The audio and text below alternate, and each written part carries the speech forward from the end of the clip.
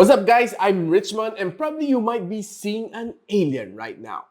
I am not a regular host on this channel and I was just asked to fill in the shoes of my good friend Ted of Wazzup.PH. And today I'm going to share you my experience about this all new mid-ranger from Samsung, and it's the Samsung Galaxy M33 5G. And I'm really excited to give you my thoughts about this phone. So how about let's get it started. And so this is the box of the Samsung Galaxy M33. I know it's very simple, it's very thin. It's really razor thin as you can see, since it doesn't have any chargers inside, no free jelly case, and probably the only thing that you might get from this one is a free cable. Nothing else. And taking out this small box, I can say that it only contains the quick guide and a cable, C to C. And of course, going for the main course, you can see that it's just the phone itself and nothing more. Probably there's only a SIM ejector tool inside and, well, nothing. And so this is how it looks like, the Samsung Galaxy M33 5G. And you can see that it has 120Hz of screen refresh rate, quad camera setup, and 25 watts of fast charge. And we'll quickly unwrap it. So taking on it, just simply need to peel it and we're done. There goes the unboxing. Quick and simple. Later, I'll tell you what charger I recommend for you to use together with the Samsung Galaxy M33 or probably any Samsung Galaxy phones without a charger. So don't you dare skip this show. As you can see, I have here is the color brown of the Samsung Galaxy M33. There's other two colors, the blue and the green. And probably this one, I can say that it looks more of a bronze than a brown, and it really looks elegant since it has a unibody, and you can see that the camera bump here is like attached to the body itself. It's not separated and it looks really nice. It has a quad camera setup and a LED flash at the back. At the bottom, you can see there's a loudspeaker over here, Type-C port, a microphone in, and of course a audio jack. On top, you can see there's a noise cancelling mic. On the right side, you can see volume rocker together with the power button / fingerprint scanner. And on the opposite side, there's a SIM tray wherein if you uncheck it, you can see that it's a triple card slot. Micro SD expansion together with two 5G nano SIM. Now, this phone is being powered by the Exynos 1280 by Samsung, as well as Android 12 running on One UI 4.1. And of course, using this phone, I can see that the One UI 4.1 is quite smooth inside this one, and I haven't really find any problem using this UI. It's really smooth. I can say that swiping left and right, thanks to its 120Hz of screen refresh rate, it's really buttery smooth. And this 6.6-inch TFT LCD is being protected by this Corning Gorilla Glass 5, which is quite tough. And, well, a little bit of scratch resistance. I just want to quickly share you my user experience on this phone. And, of course, being a techie person, I love watching movies here on this phone, especially learning something new on YouTube, and binge watching on Netflix is definitely something that I want to do. And did you know that this phone can support HD on Netflix and on other online streaming apps thanks to its wide level 1 security on this phone?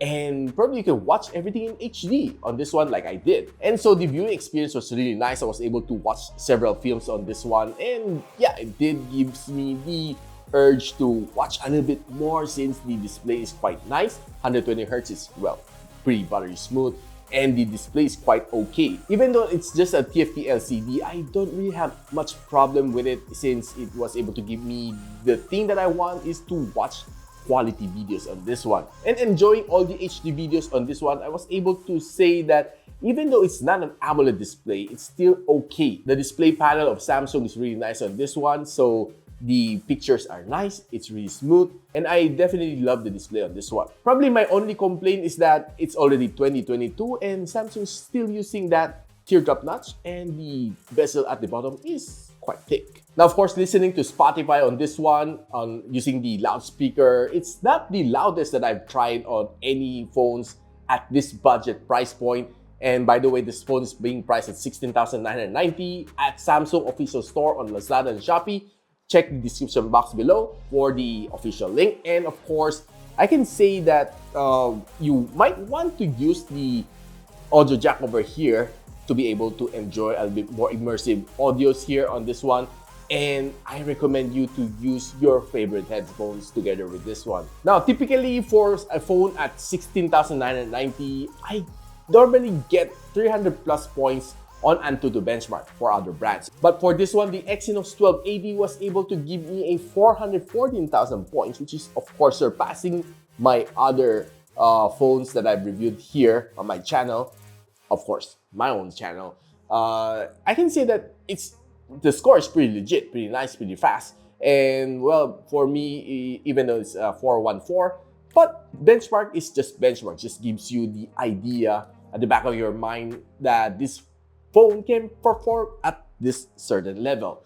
And so, of course, my expectations should be a little bit higher since the score is a little bit better compared to other phones at its price point.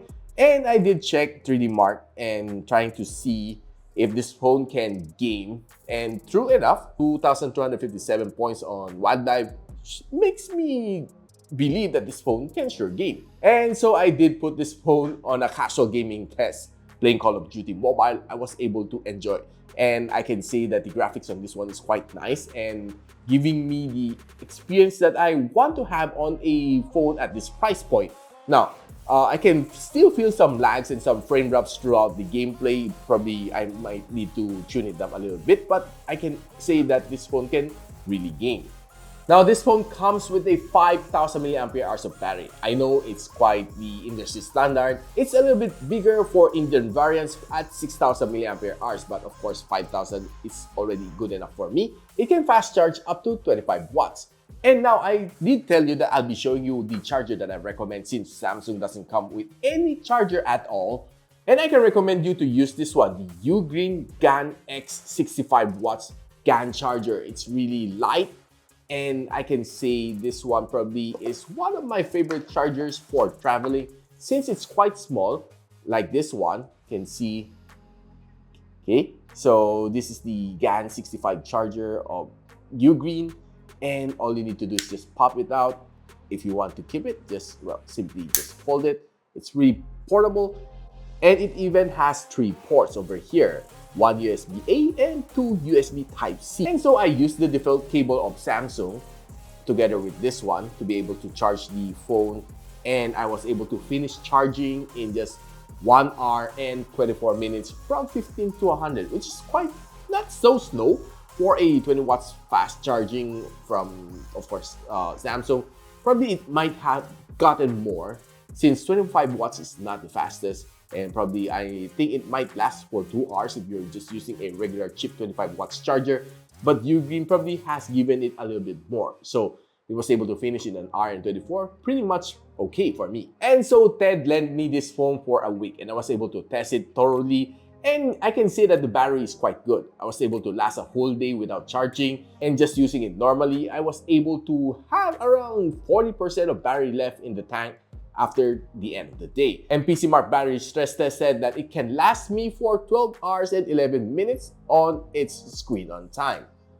Pretty solid. And this phone has 4 camera module at the back, starting with the 50MP main camera lens, 5MP ultra wide lens, 2MP macro lens, and 2MP depth sensor at the front. It has a 8MP front selfie shooter. At the back one can record up to 4K 30fps, which is quite solid for its price point. Now, using this phone to take some occasional photos outdoors, I can say it's really nice. It was able to focus fast and taking some really nice shots. On the indoors, I can say that it's okay, but it can underperform under low lights, of course. And right now, I did try to use the selfie camera to take in some photos. It was able to take in some really nice ones, even here inside my studio, wherein lights is, well, just good enough for video taking, but it was able to take in some nice shots, of course. Overall, Samsung does manufacture really nice cameras, even though it's a more of a mid-ranger. The camera is still nice on the Samsung Galaxy M33.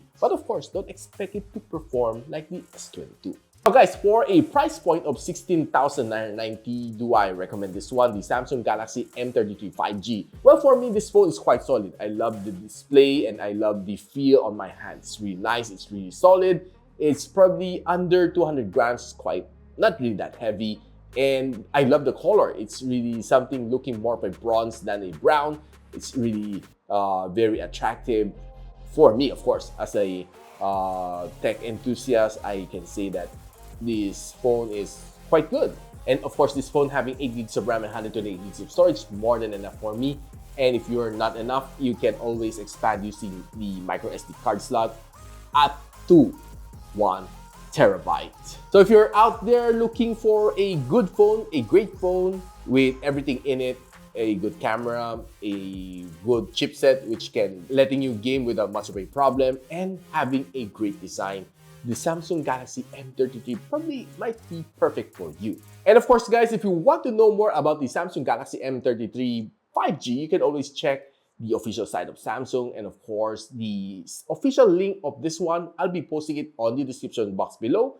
And if you want to know more about other Samsung Galaxy phone that I'll be tackling, I'll be taking on the Samsung Galaxy M23 on my own channel.